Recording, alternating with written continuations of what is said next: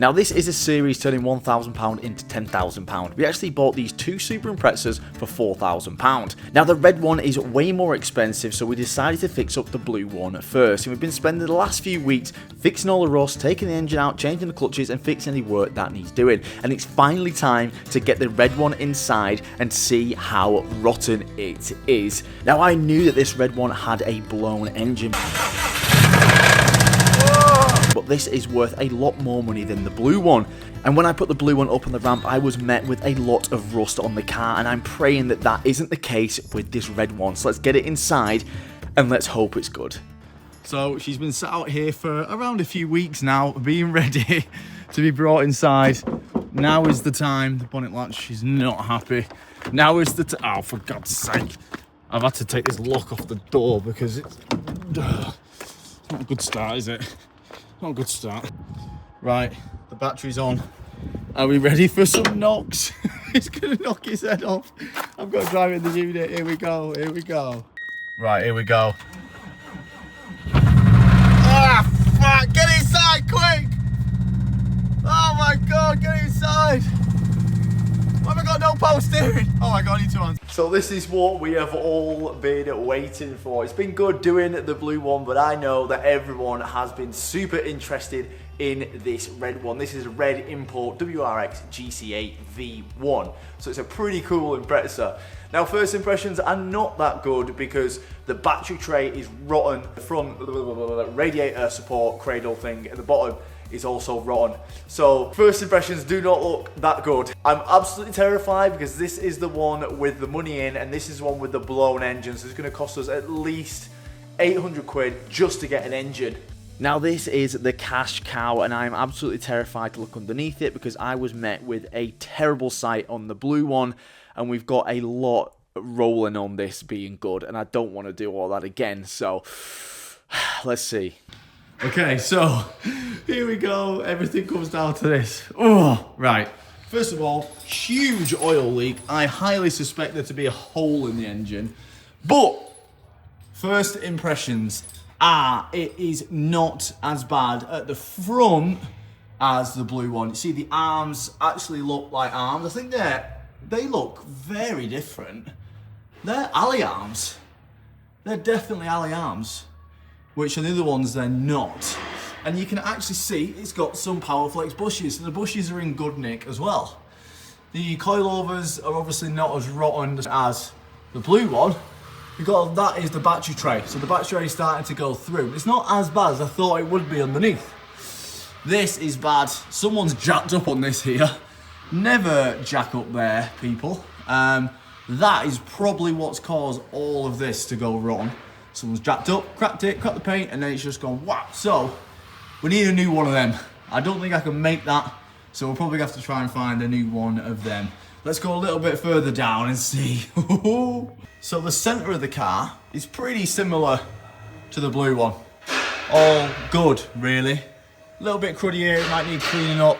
The sill is okay there. A little bit crumpled from where it's been jacked up, but it's okay.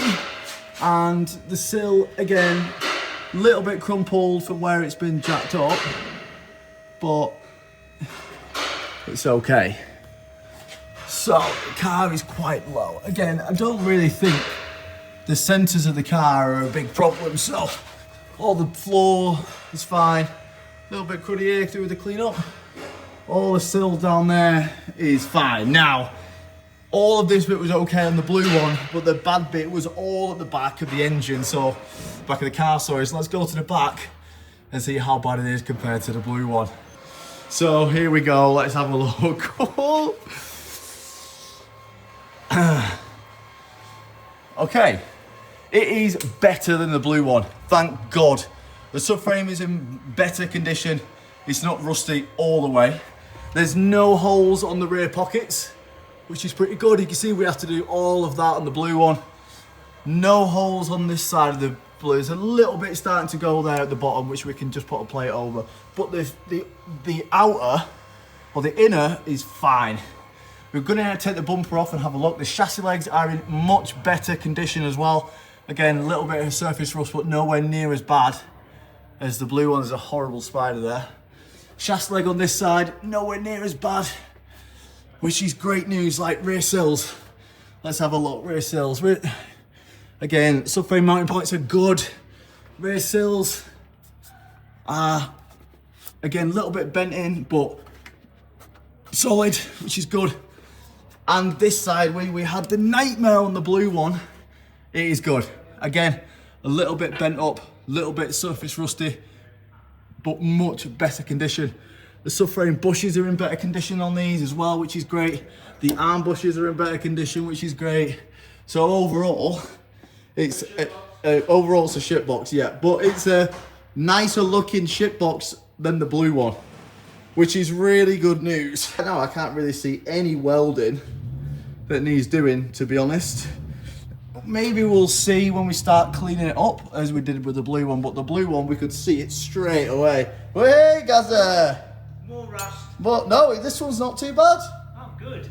So this is very, very, very, very good news. Very good news. I was worried because the two things that you could see, the back tray and the radiator cradle, they were rotten. I was like, oh my God, if they're good on the blue one and the blue one looked like that, how bad is this gonna be? But luckily enough, it's absolutely fine. In fact, right now I can't even see any welding that I actually need to do. Potentially that might change once we start cleaning things up and wire weeding it, because you know, when you start wire weeding it, holes start appearing and you've got to start welding something. But it's fine, we've had practice on the blue one, that was the plan all along. Practice on the blue one and then apply that knowledge to the red one, which is in turn worth more money. So, but right now it looks like I don't need to spend anything on any welding, and that means I can save days and days and days on labour. But before we start taking the engine out, I'm actually picking up an engine this week. We're going to start taking the engine out shortly. But the worst thing about the car is the paint. Now the worst thing about the car is the paint. It is awful. But to me it looks like someone's wet sanded it and just left it and not polished it properly. Like, it looks bad, but it just looks hazy. And I think it's going to come up well with the compound. So I'm going to get my DA out, just see how good it comes up, because right now I think we can make it look a hell of a lot better. You might be thinking to yourself, cool, he's smashing out these jobs without a blink of an eyelid. I mean, I'm definitely not. There's many swear words off camera, but in theory you are right. I'm much more spriteful than I was a year ago, and that's because I've been drinking Holy for 8 months now. Since September last year, I've been drinking Holy every single day, and I'm actually, swear to God, I'm actually not lying. About a year ago, maybe a year and a half ago, I was in a really bad place and I was almost considering giving up YouTube. I really didn't like it that much and I just wasn't enjoying it. So I actually got onto some extra strong vitamin B12 tablets and they did help.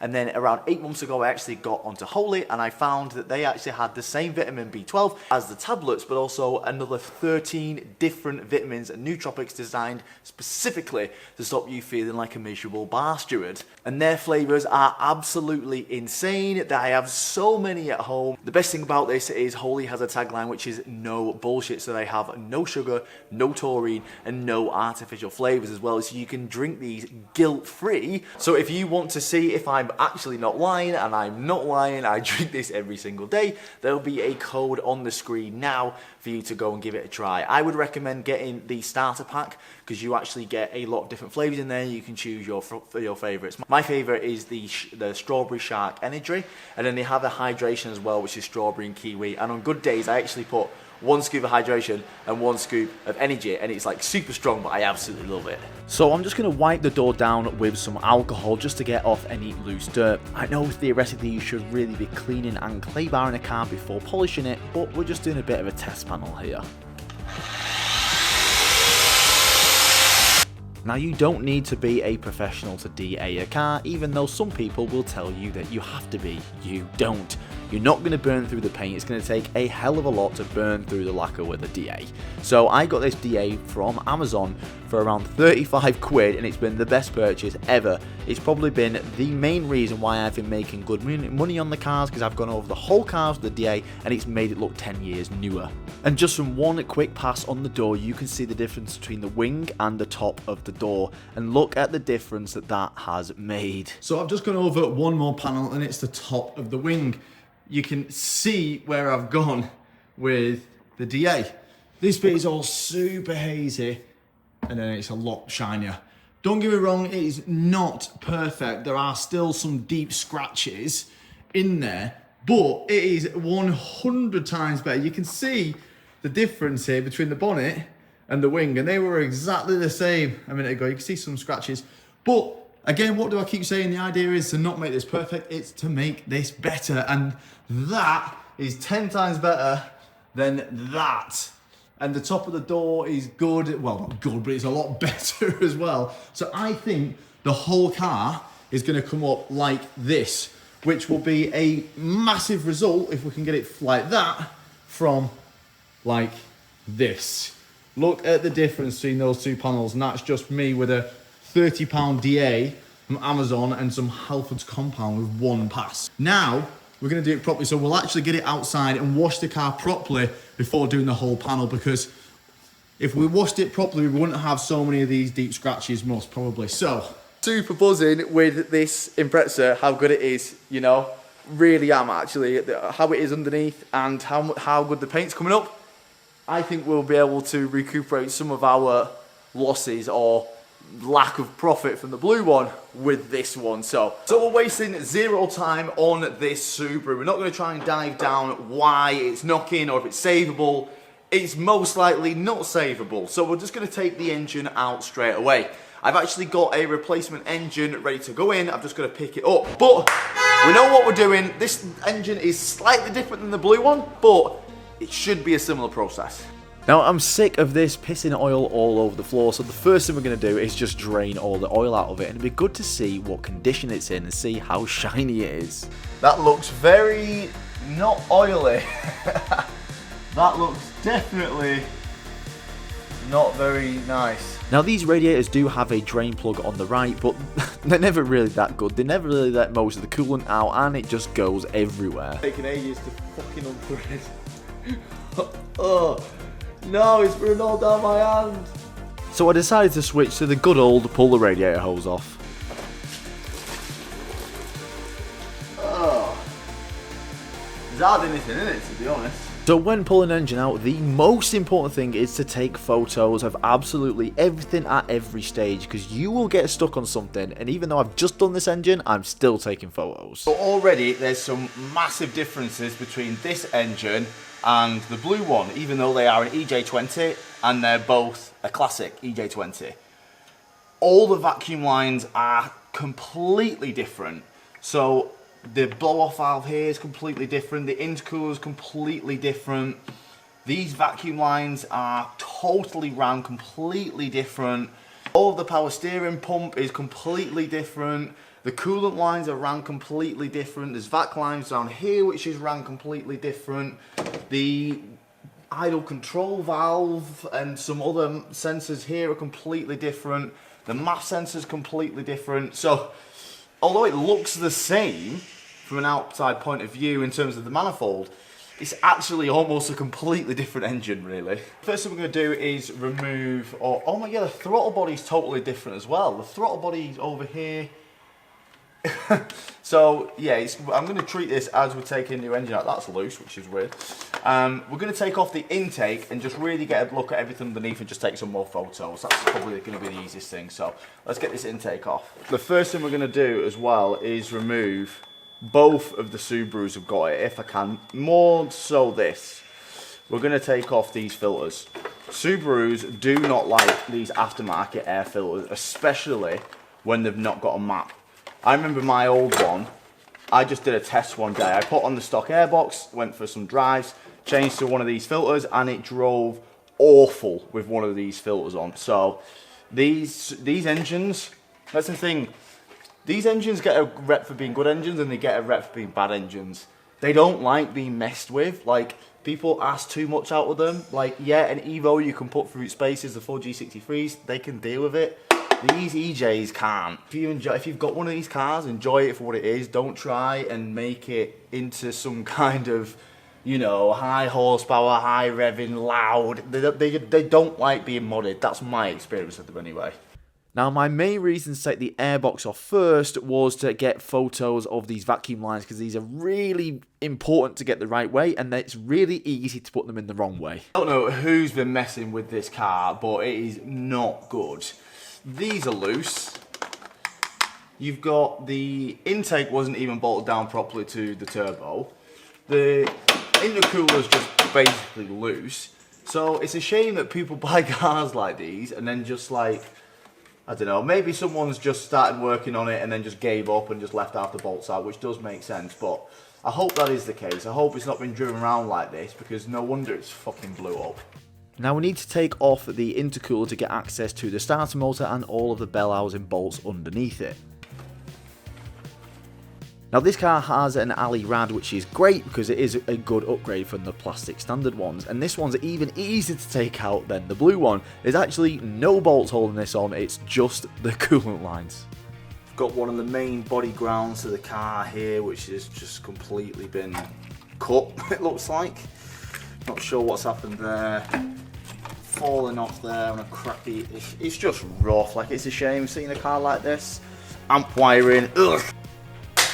Now taking an engine out of a car is a lot easier than people think. All you have to do is just disconnect anything that connects the body to the engine. And right now the power steering lines are going from the power steering pump, which is bolted to the engine, to the steering rack. So we've got to remove those. This side of the car, although there are some changes, like the wiring to the alternator is a little bit different, but it's pretty much similar. So you've got the two big connectors here for the engine loom.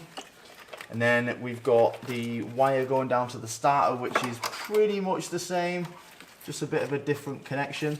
And then you've got the main engine ground going to the exact same place on the starter. And then we've got these two heater matrix lines, which we're probably going to pull off the car this time, because they seem a little bit easier just to get to the Jubilee clips here. And then that's pretty much everything. Then we can take the bell housing bolts off, take the downpipe off, and then it'll be good to go and be pulled out. Hopefully we don't run into as many issues this time with the bell housing bolts, because I kind of know where to get them from, and hopefully it won't take me as long. But these downpipe studs at the bottom do not look happy, but the bolts have been changed at the top, so I know it's been off at some point in its life, which is good. Now there's 3 fuel lines over the side of the engine going to and from the fuel tank with the fuel filter, etc. And it would be extremely easy to get these mixed up, so I'm just labeling them top, bottom and middle. Now there's a guy on Instagram called Dan, and he has been absolutely amazing through this whole process. Well, he probably won't like me saying this, but he's basically a Subaru genius. He's done tons of engine swaps, he's built a load of cars, and he knows everything about these engines, and I would be really stuck without him. So Dan, personally mate, thank you so much. And he's the one selling us the new engine for the new car. Dan was saying, what's probably the best thing to do to change over this intake manifold to the new engine I'm getting off Dan. That is probably the easiest solution. That's what I understand anyway. I've not spoken to Dan too much, just over Instagram. So he was saying, if I was you, I would change over the intake to the new engine, and to do that, he would make sure I've got both engines sat right in front of me. So now comes the fun bits. Sarcasm, the non-fun bits. We've got to take the downpipe off, and we've got to get the bell housing bolts off, and some of them are a right pain to get to, and some of them look a bit rusty, so I'm going to soak them in WD, and go make a brew, and come back and try and attack them. Right, here we fucking go then. Now luckily enough, I've actually just took the engine out of the old one, so I have a really good idea of how to attack these bolts, but some of them are still quite difficult to get. Hello Mr. Bottom Downpipe Bolt, we meet again. Okay, I've got it. This was a hell of a lot easier than the other one. And these look 10 times worse as well. Okay, I'm not complaining. There's still one more bolt that I don't enjoy getting though, and it's the bottom bell housing bolt on this side. Bit of a faff. What the fuck's it done? It's still on there, it fell off. I think someone's chopped their threads down, because they don't seem as long. So to me it feels like, yeah they have, yeah. So someone's chopped off most of the threads on the bolts. And I'm guessing that's because at one point, as I've been out with the last one, the threads are obviously really shit. And someone's just chopped them off, so should be a nut on the floor somewhere, but that is the downpipe. So we're going to pop it off, get it out of the way, and attack the bell housing bolts. Now the first thing we're going to attack is the starter motor bolts, and these are the ones that caused the issue on the blue ones, as they were somewhat stripped. So I'm hoping that these come out okay. Interestingly, this is a stud on this side. This wasn't even tight. Oh no. Now we're off to a good start, because we can actually remove the starter motor with no issues. We had a starter bolt which goes in here. Interestingly, this is a stud on this engine, where the other engine it's a bolt. So we've got start stud, and I think there's only that on this side of the engine. On the other engine, there was another stud in the middle. But we got them two, and then there's one down at the bottom down there as well, which I've got off, and I believe that is the bottom one. On the side, there's one here, and I'm not sure if there's 2 or 3. But right now on the other engine, there's more bell housing bolts. So once we've got, like, this side's done now, take the other side off, which is a little bit tricky with the turbo in the way. Then we should pull out this pin here. This is the pin for the fork for the clutch. This is the clutch lever. So you just pull that out and then we're done. Then we can separate the engine and the box, obviously after we've took the engine mounts off the bottom, which are 2 14mm nuts as well. Should be the same as the other engine. So we're not far off now, really.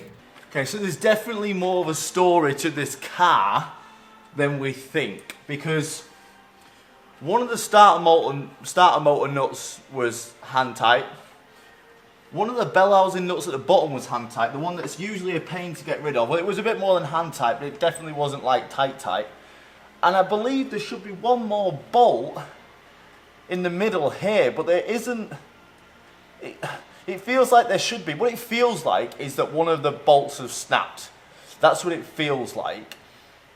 But we'll only know when we start pulling the gearbox apart, because I can't believe that there's just 5 nuts holding the bell housing on. There's 1, 2, 3, 4, 5. You would think that there would be 6, 2, 3 on either side, at least. So I think one snapped off. Yeah, interesting to know anyway. So while we got the engine out, we'll probably helicoil that.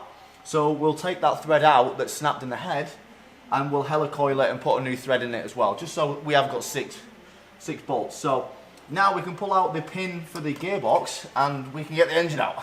So a very common thing on these Subarus, apparently people forget this, and I remember years ago when I changed the gearbox on mine, he told me then. So this, first of all, needs to come off. This is the spring for the clutch. So this is the clutch fork. So when you push the clutch, this little slave cylinder here will push this forward. Wow. Now, there is a big pin which goes all the way through, and that just holds the fork to the gearbox. If you try to pull the gearbox off with that pin, it's not going to release the release bearing inside, which means the clutch is going to be stuck to the gearbox. As we all know, clutch is bolt to the engine. So we need to get that out. So see this little cover here? We unthread that, and then we thread in a bolt and then pull the bearing out. I actually had a bolt here from, I must have put it back in the box, but I've got a specific bolt from where I did the one the other day. And I think this was the bolt. So it's an M5. I'm 90% sure this is the bolt that we used. So we unthread this cap, put that somewhere extremely safe on the scuttle, and get our bolt. If you just push it in there, there should be a thread. Just thread it into it. Not to thread all the way, just so you can actually grip it. And then now, you should be able to pull this pin out. Wash. Keep hold of that, we need that. Now I'm absolutely smashing through it this time. I think we're about an hour in now, an hour and a half tops, and we're literally pulling the engine out. So it's, what a great car. Ah, fucking anti-roll bars in the way. Fuck you. So that's the engine mount bolt. There's an anti-roll bar in the way, so you literally can't get anything on it. How annoying is that?